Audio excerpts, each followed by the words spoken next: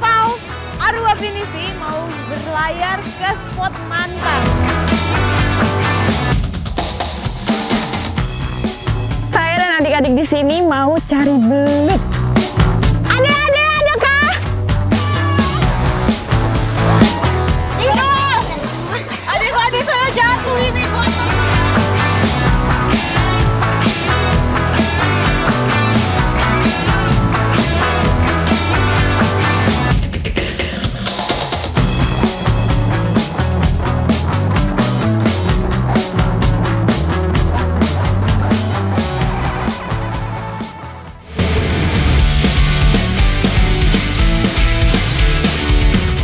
Sebagai salah satu negara kepulauan terbesar di dunia, Laut Indonesia mencapai 6,4 juta kilometer persegi. Itulah sebabnya Indonesia terkenal dengan para pelaut yang ulung. Nah, kali ini saya akan bertualang mengarungi keindahan perairan Labuan Bajo menggunakan pinisi. Kapal kebanggaan Indonesia yang masuk ke dalam warisan budaya tak benda UNESCO. Welcome to Labuan Bajo, dan sekarang saya sudah bersama kapal Arua Pinisi mau berlayar ke spot Manta. Kapal pinisi berasal dari Bulukumba, Sulawesi Selatan. Kapal yang sudah dibuat sejak abad ke-14 ini awalnya digunakan untuk membawa barang dagangan ataupun mengangkut hasil alam. Seiring berjalannya waktu, kini kapal pinisi banyak digunakan wisatawan untuk berlayar. Oke, sekarang saya sudah sampai di spot Mantanya. Sudah tidak sabar untuk ketemu dengan Manta, tapi sebelum itu, kalau dulu saya cliff jump, sekarang saya mau cobain lompat dari kapal pinisi.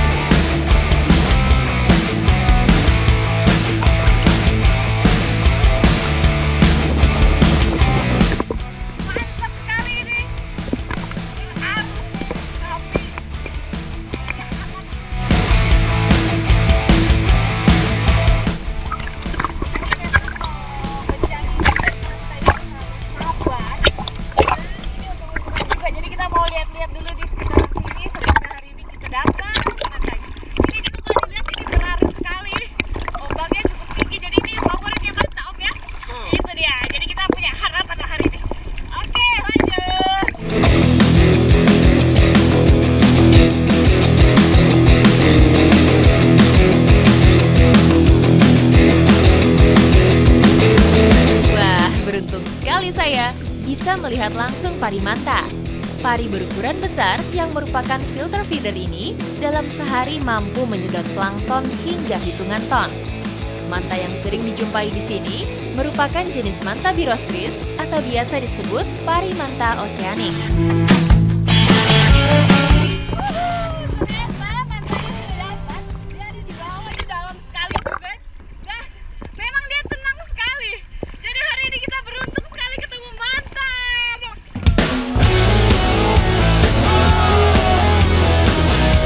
Satu jenis spesies pari terbesar di dunia ini bisa melakukan migrasi hingga lebih dari ribuan kilometer.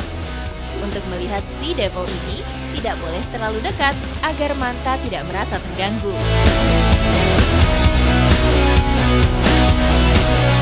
Saat ini, situasi konservasi manta sudah dikategorikan masuk jenis ikan yang dilindungi secara penuh.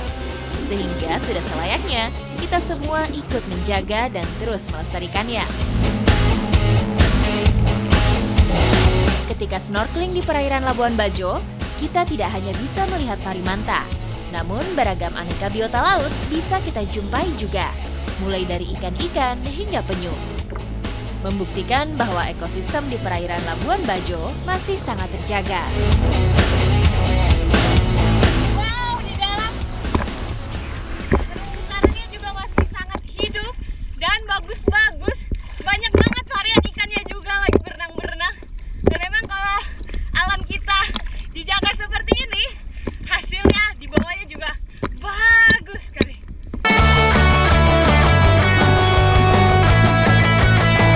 Itu dia, penyunya ada dua, lagi istirahat di bawah. Dan beruntung sekali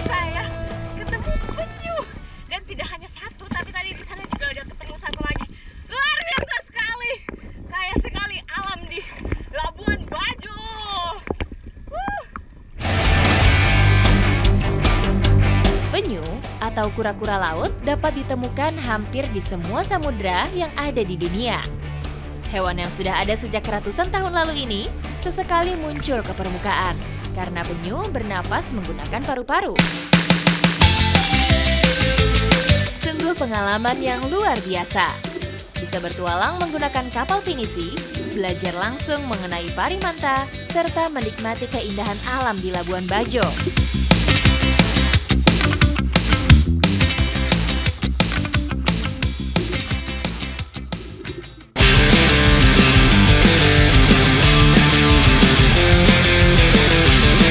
Kali ini saya akan mengikuti cerita para pelaut tangguh dari Muncar.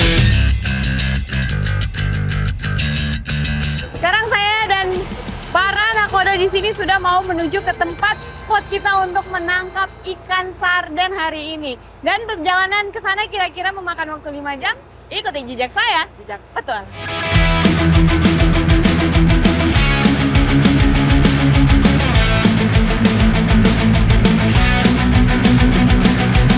Jadi biasanya kalau mau menangkap ikan seperti ini, timnya tuh ada 2 kapal. Jadi yang satu ini berfungsi sebagai pemburu, kapal pemburu, dan yang sana itu nanti kapal penjaringnya.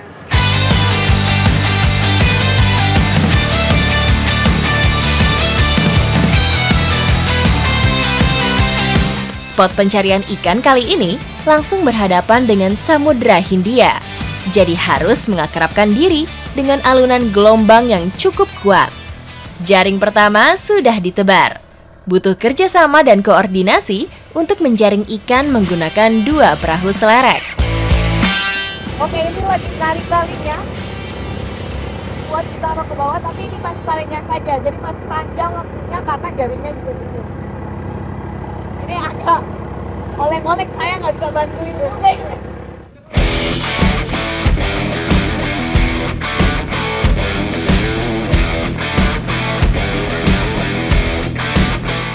Jaringnya sudah mau ditarik naik ke atas dan ternyata berat buat jaringnya. Ini udah dapat ikan, Pak? Udah.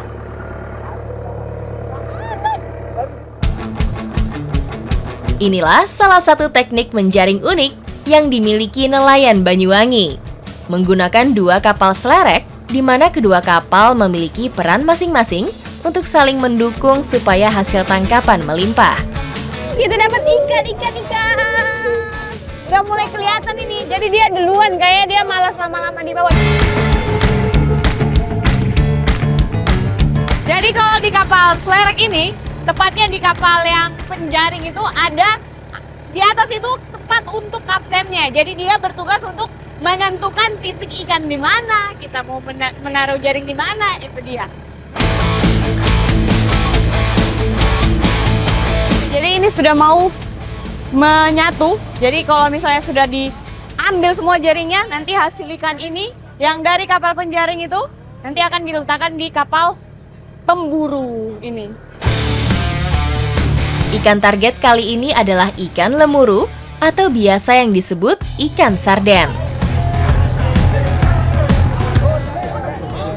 Setelah menunggu beberapa jam, akhirnya ini dapat juga dan sudah mulai kelihatan itu ikan-ikannya udah mulai lompat-lompat. Ini hasilnya lumayan lebih banyak lagi nih. Wah, itu banyak sekali itu.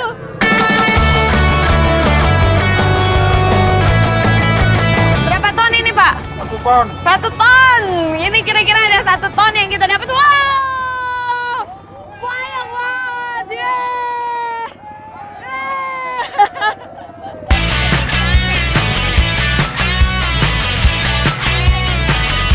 Jadi ini memang kerja sama timnya kompak sekali. Di sana sudah narik, sekarang sini kapal buruannya siap untuk menampung ikan-ikannya.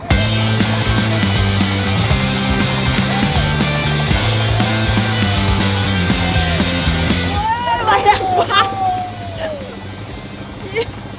Banyak banget. Saya bau amis, bau ikan. Proses menarik jaring harus dilakukan dengan cepat supaya ikan-ikan yang terperangkap tidak kabur lagi.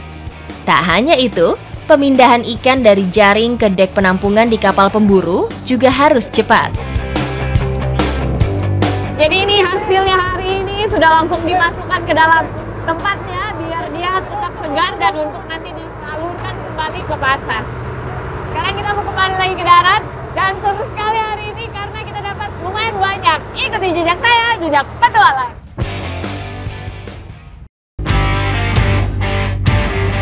Ini bisa dilihat lebahnya udah terbang-terbang.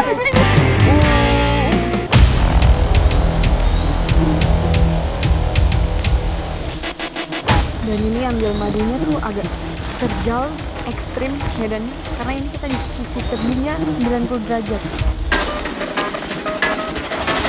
Ini bisa dilihat lebahnya udah terbang-terbang.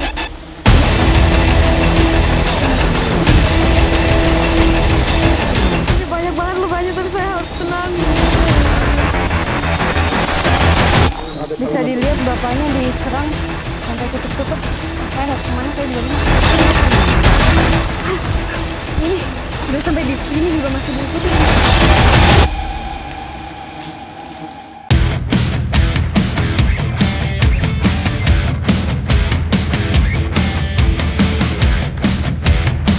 Sekarang saya dan Pak Maksul beserta tim pengambil madu lagi mau jalan menuju ke lokasi. Itu dia di atas sana dan sudah kelihatan banyak banget. Koloni lebah penghasil madu berada di tebing Goa Ngalau. Untuk mencapainya, kami harus berjalan kaki sekitar 1 jam, melewati hamparan sawah dan hutan. Ini kita sudah mau dekat, jadi kita mau pakai peralatan untuk keamanan juga.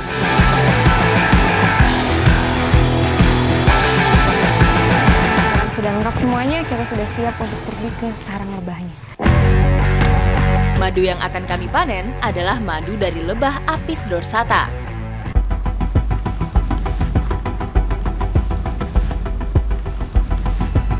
Ini bapaknya udah siap. Ininya dibawa ke atas juga, Pak, ya.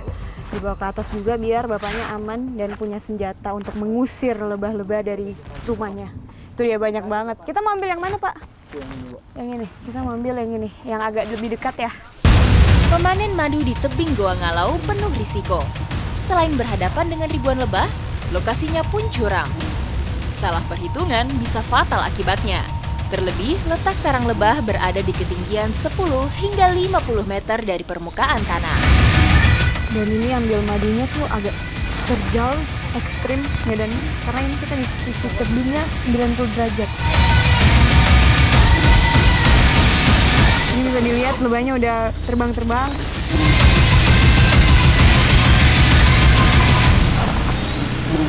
Ini banyak banget lebahnya, tapi saya harus tenang. Tidak boleh melakukan gerakan yang aneh-aneh.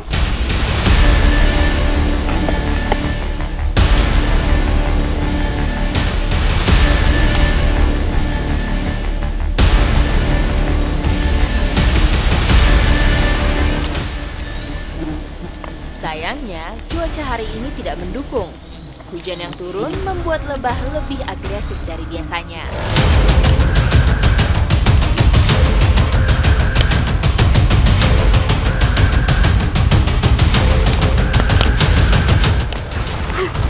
Ini udah sampai di sini juga masih diikutin, tapi di sana juga masih diikutin. Udah bikin apa namanya asap biar itunya hilang. Itu bapaknya juga diikutin. Bapak, aduh kena ini. Kena. Bapaknya kena di bagian pelipis mata sama di dagu ya, Pak. Iya. Iya. Dan ini dikasih daun yang baunya menyengat biar bekas lebahnya itu hilang, biar dia nggak kejar terus gitu. Setelah amukan lebah mereda, Uda Maksul dan timnya kembali memanen madu. Kali ini mereka berjalan ke atas tebing dan mengambil madu dari atas dengan ketinggian sekitar 50 meter dari permukaan tanah. Super menegangkan. Bapaknya tadi udah ngambil persis di pojok atas itu. Terus dia kayak mendaki gitu. Tapi kayaknya bapaknya dapat lumayan.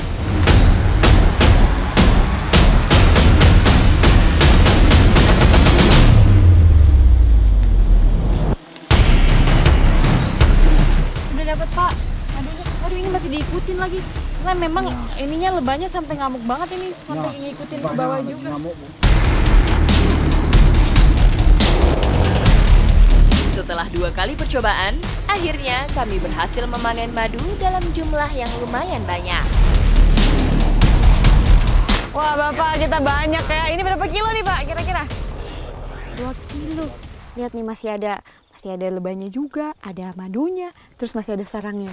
Banyak Pak. Waduh, ini kayaknya nikmat sekali ini.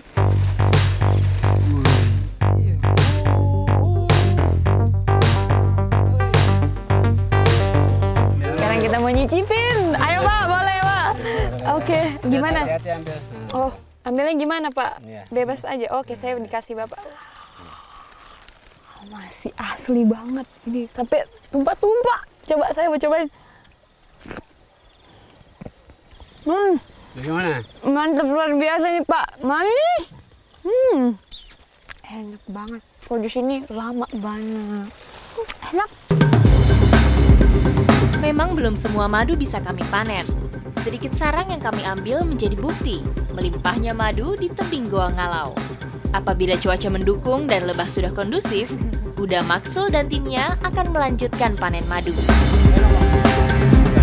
Memang kalau ambil madu di sini tuh penuh dengan perjuangan, dari lelang sampai ke sarangnya itu butuh perjuangan semua. Tapi terbayarkan dengan hasilnya ini. Ikuti jejak saya, jejak petualang. Monggo Pak, dimakan.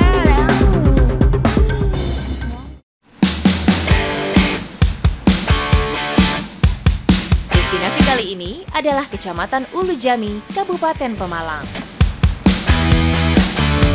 Udang faname adalah salah satu hasil tambak yang potensial di Pemalang. Dan hari ini saya dan bapak-bapak di sini mau panen di sini. Ikuti jejak saya, jejak petualang. Panen yang akan saya lakukan adalah panen parsial. Hanya mengambil sebanyak 15% dari total udang yang ada di kolam. Panen ini bertujuan agar pertumbuhan udang tidak tersendat akibat jumlah udang berlebih pada kolam. Kurang rasanya kalau saya tidak coba ikut panen juga. Bapak, saya boleh ikut?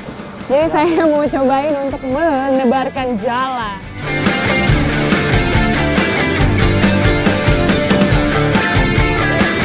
Saya sampai punya guru pribadi banyak untuk lempar jala.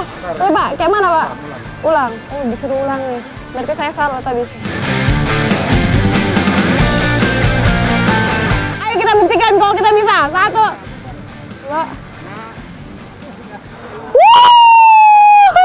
Saya bisa, udah diangkat. Memiliki tingkat keberlangsungan hidup yang tinggi, udang faname cukup mudah dibudidayakan. Tak heran jika jenis udang ini jadi salah satu komoditas perairan tambak di Indonesia yang memiliki kontribusi ekspor cukup tinggi.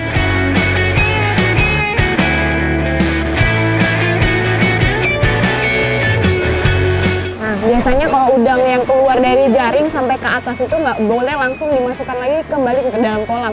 Karena ini bisa jadi virus juga untuk yang ada di dalam. Jadi harus dipisahkan langsung ke tempat yang tadi.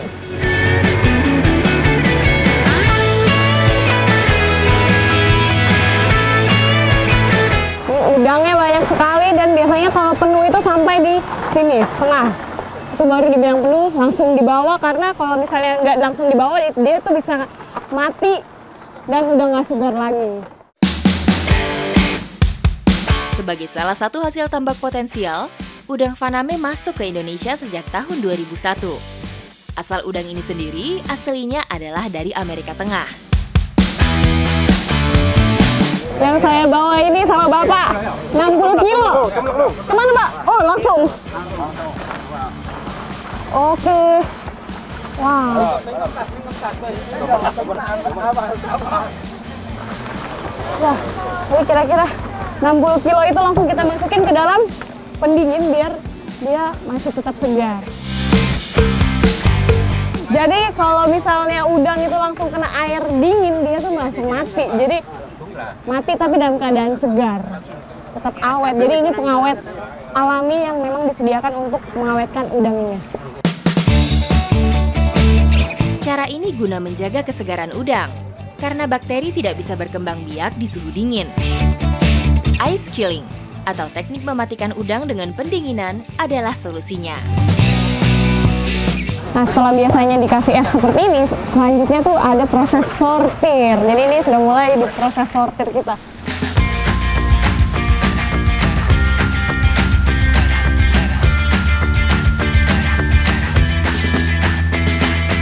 Jadi biasanya di proses sortir ini ketemu nih kayak yang kurang bagus sama yang bagus. Nah, ini contoh yang bagusnya.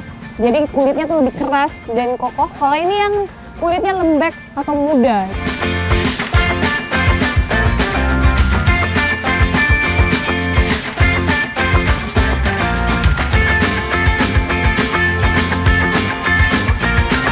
Oke, jadi udang Panamenya sekarang sudah siap untuk dipasarkan, masih segar, masih baru banget diambil dari kolam. Jadi masih enak. Ikuti jejak saya, jejak petualang.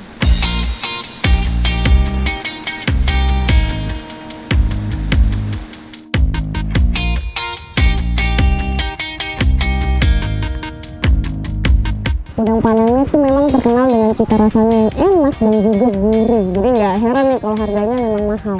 Dan sekarang kita sama bapak di sini mau ngolah udang Panama dengan cara yang sederhana.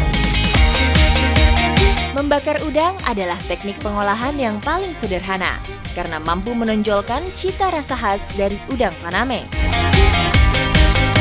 Mantap, ini dia udang terakhir yang kita tusuk. Jadi sekarang sudah siap semuanya udang-udangnya untuk dibakar. Udang memiliki metode memasak yang terbilang cepat. Membakar udang tanpa mengupas sebagian kulitnya akan membuat daging udang matang dengan sempurna. Kandungan protein krustasianin pada udang akan terurai saat terkena panas. Itulah yang membuat udang atau kepiting berwarna merah sebagai pertanda daging di dalamnya sudah matang.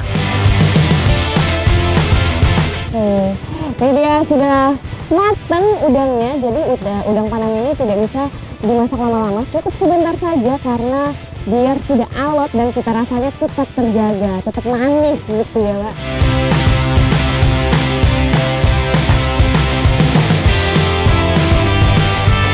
Sekarang kita mau cocolin pakai sambal yang sudah dibikin Bapak. Waduh, ini nikmat sekali.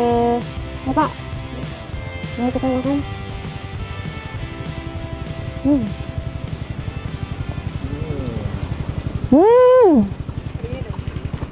Pedas. Enak banget. Dia punya daging tuh masih lembut, gosinya masih ada, manis.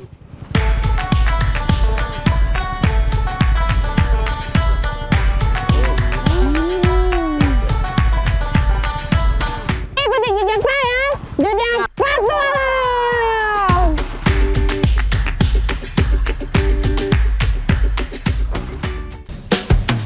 Saya dan adik-adik di sini mau cari belut. Adik-adik, adakah?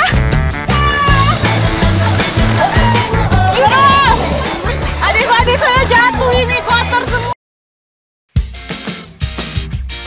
Bagi anak-anak di Jorong Tabe, musim panen padi adalah waktu yang paling bagus untuk mencari belut di sekitar sawah. Mereka biasa berburu belut selepas jam sekolah. Jadi saya dan adik-adik di sini mau cari belut di kolam yang ada letaknya di sawah-sawah ini. Nah, ini langsung nyemplung karena pas sampai sini semua adik-adiknya udah langsung semangat mau cari belut. Berbeda dengan daerah lain, di sini berburu belut hanya menggunakan bahan-bahan yang tersedia di alam. Nah, ini dia punya umpan juga unik nih karena ini pakai cacing, bukan sembarang cacing. Ini cacingnya namanya cacing gilo. Terus ini juga pakai rumput ilalang, gak pakai benang. Nah, ini nih. Udah deh, saya mau lanjut dulu ya sama adik-adik, mau coba cari belut. Cacing gilo sengaja dipilih karena cacing jenis ini tidak gampang putus saat dimakan belut, sehingga belut masih bisa ditarik keluar sarangnya. Sedangkan batang ribu-ribu digunakan sebagai pengganti tali nilon. Memancing belut dengan cara tradisional susah-susah gampang. Terlalu kencang saat menarik bisa memutuskan ribu-ribunya, sedangkan menarik terlalu lemah membuat belut terlepas. Itu kayaknya ada. Adek-adek, adakah?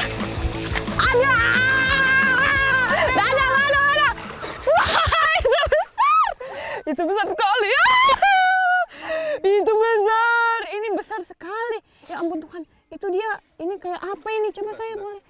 Dia besar sekali.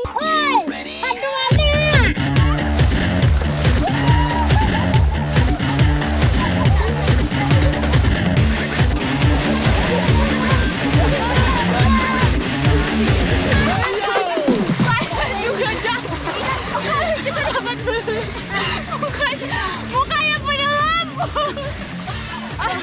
Itu dapat tapi tidak apa. Adik-adik saya jatuh ini kotor semuanya. Ini gimana? Yaudah kita cari belut lagi ya sambil main.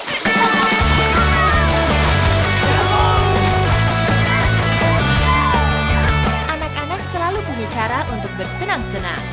Seperti sekarang ini, saat hujan mengguyur dan suhu hanya belasan derajat Celcius, mereka memilih bermain lumpur untuk menghangatkan badan sembari memancing belut. Saya diserang terus tuh sama adik-adik ini sampai masuk mata. Kakaknya pegang merah juga. Aduh, saya kabur dulu.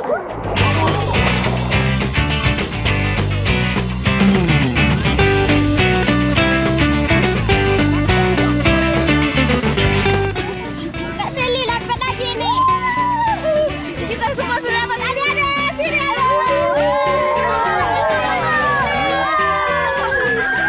Dan memang selalu seru kalau nangkap apapun sama adik-adik ini. Dan hari ini memang kita tangkap belut. Terus habis ini kita mau coba olah menjadi makanan dan makanan khas daerah sini.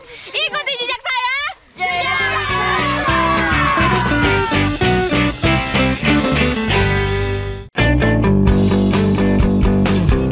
Kaya dengan protein dan vitamin, belut menjadi salah satu makanan favorit di Sumatera Barat. Maka tak heran kalau beragam olahan berbahan belut tersedia di provinsi ini. Nah, ini belutnya kita sudah mau dibersihin sekarang ya Ibu.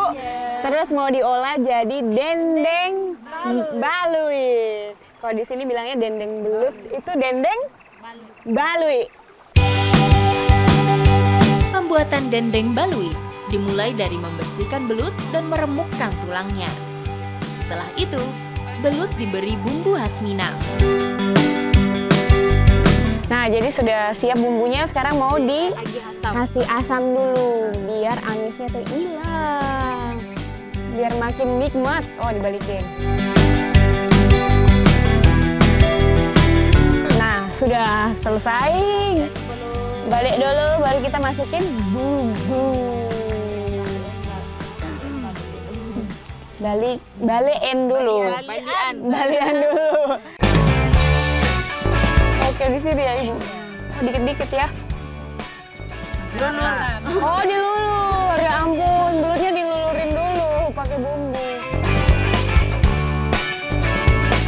Nah, setelah semuanya digaramin dan dibumbuin, kita mau jemur biar menghilangkan kadar airnya. Lama penjemuran tergantung pada cuaca. Semakin terik mataharinya, semakin sebentar belut dijemur. Pada kondisi normal, penjemuran belut berlangsung sekitar 6 jam. Nah, ini sudah bisa dipotong ini. Yang mana dulu? Yang ini dulu, yang paling besar. Kita potong dulu. Ini Bu, silakan. Nah, ini lagi dipotong-potong sama ibunya yang sudah biasa potong. Ekornya dulu.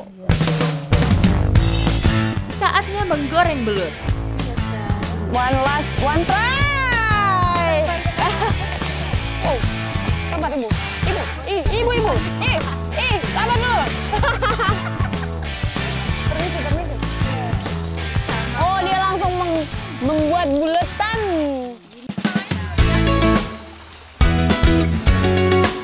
Nah, ini sudah kering, sudah matang, jadi kita sudah mau angkat biar kita langsung makan sama-sama. Ya, Bu. Boleh, Bu. Nah, kalau makanan kayak gini nih paling enak kalau ditambah sambal. Apalagi di Minang kan kita terkenal dengan makanan yang pedas. Jadi coba Bu.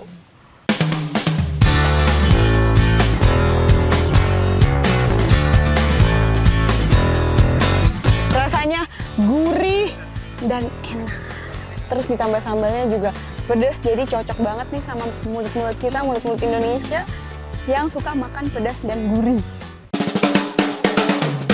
Beruntung sekali saya berkunjung ke sini. Bisa menikmati belut langsung dari sawah dan dimasak di alam. Sungguh kenikmatan yang tidak ada bandingannya.